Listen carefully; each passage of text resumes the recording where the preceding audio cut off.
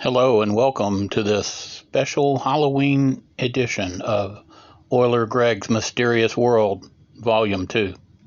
This edition will include an exclusive, a Texas tale of terror personally experienced by Euler Greg. To tell you how personal this story is, I did not relate it to my sister or my parents in over 35 years. Even Kathy, who you'll see in my videos and I've known over 30 years, a very close friend, has never heard of this. The few people I did tell about it are no longer living. So listen, if you dare, on this Halloween night, to something that happened on Halloween night, 1986, 35 long years ago. Travel back in time with me to 1986. This is a true story of actual events that occurred on Halloween night 35 years ago. My friend Clinton came by with some rural friends, what you might call rednecks, but just good old boys. On that fateful Halloween evening, they came by with an invitation to an adventure. There was a certain place near Houston that had a reputation. The Blue Light Cemetery, or Hilgendal Egling Cemetery, which had been closed since 1905. It had been open for 50 years and had less than 20 people interred in it. All these people had been removed. It was known as the Blue Light Cemetery because strange lights were seen at certain times of the year, including Halloween, when other sounds and certain rumors of satanic rituals were also very common. They were common at that time. They are common to this day. Certain adventurous and curious people had tried to find the truth of the matter on previous Halloweens, but only dirt roads allowed access to this inhospitable area. These roads were narrow and deeply rutted. The area was prone to flooding, very prone to flooding, and became impassable during our frequent rains in Houston. The people who tried to investigate the area on Halloween never made it very far. That doesn't mention the barbed wire and guard dogs, or the fact that the Army Corps of Engineers had taken control of the area years before. They had moved the bodies and done little else. A more spooky area you could not find in the Houston area. In addition to that, on Halloween, somebody would cut down small trees across the roads so that it was even more impossible to enter the area.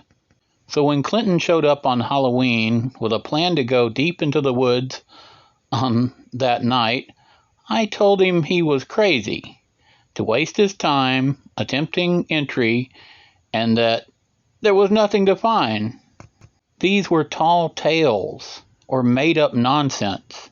I was a modern man. I didn't believe in satanic cults hiding in the woods. It was ridiculous. He would never get past the various obstacles. And besides, this would be trespassing on Army territory. It's insane. And how exactly would he get through when no one else had? That's when he sprang his surprise. A brand new monster truck. For those of you unaware, that is a large pickup truck with oversized tires, and it's jacked up several feet, sometimes many feet, into the air. These are very expensive, and they can go over extremely rough terrain and through high water. I went outside, and sure enough, such a truck was sitting in my driveway. I was shocked, very surprised. However, I still thought the idea was ridiculous, and probably they would get stuck. They said they were going anyway, and I could not deter them. So I wished them well, and they departed. Surprisingly, nobody was drinking, as the prospects of getting stuck in the deep woods on Army property were very real. I had a normal Halloween, but remained concerned over their prospects.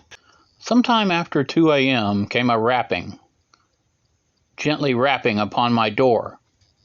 They had returned. They were all changed men, gone deathly pale, even white, whiter than white. And Clinton's eyes were as big as saucers. They were bright as he told me his tale. They had indeed gotten past all the obstacles and saw a bright glow. They had driven towards it as far as they could and parked their monster truck and approached on foot. These guys were country boys. They were all skilled hunters, so they went quietly. Clinton said they saw a bonfire and dozens of people, all of all ages and races, around it. Some wore red outfits, and all acted strangely. They threw something into the bonfire that was in a bag. It was possibly alive. They upset my friends very much with this action. The next part of the story was told by several people and was confused. But they tried to return to their truck, and they were seen, and they ran back. They got to the truck, but they were attacked. They drove away. Some kind of battle ensued, including somebody jumping into the bed of the truck with a bat. They did not continue to elaborate. I don't know exactly what happened, but it must have been something. These guys were not shrinking violets, and I don't know if they had weapons, but they probably did.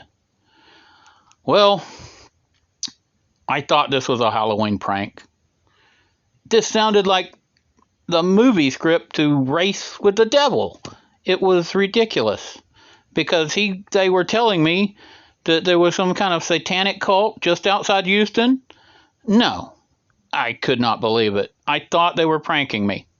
They must have been pranking me. I was impressed by their acting ability. I told them so, but I laughed in their face. Proof, I said. Did you bring a camera? Do you have photos of this? This is crazy. This would be so big if you had some kind of evidence. But I knew they were lying. I knew it couldn't be true. But my heart doubted, because none of these people were good actors. They were very simple people. And I had known Clinton all my life since I was 12 years old. We were on the chess team together. We played soccer together. We graduated high school together. We were best friends. He had never lied to me. If it wasn't a prank, and he was very clear it wasn't a prank, then what had happened to my friend? And proof, he said? You want to see proof? Okay. I went out into my yard, they said, to look at their truck. This brand new truck that I had seen just a few hours before in immaculate condition, very expensive, looked like it had driven through hell. There were burn marks, dents, hammer blows. The back window had been smashed in, and the tailgate was missing. Most telling of all were the bullet holes in the bed and the engine, both pistol and shotgun. I can tell what those look like. I don't know what happened that night, but Clinton had been a close friend for so many years, and remained so for another 20 years until his death. And even on his deathbed, he never changed his story. This is a true account as best I can remember. Exactly what did my friends encounter that night in Blue Light Cemetery? A cemetery renowned around Houston for satanic activity? I don't know. I don't know that they even went there. But the truck looked like they had. It was covered in mud. It looked like it had driven through barbed wire. it looked like hell. I was a bit upset with them because they drove straight to my house from this. On Halloween's after that point, I chose that night to clean my guns, and so I would have a dozen weapons out and ready every Halloween. I still do, even on this Halloween. As I say, they're all gone now. They told me this story, and now I tell thee. I don't gain anything by lying, and I really don't want to tell this story, but I think I should after all this time. And some people close to me on the internet told me I should make this video, and I have. This is not a prank. Stay safe, be careful, question everything that's out there, and have a happy Halloween. Thank you for your kind attention.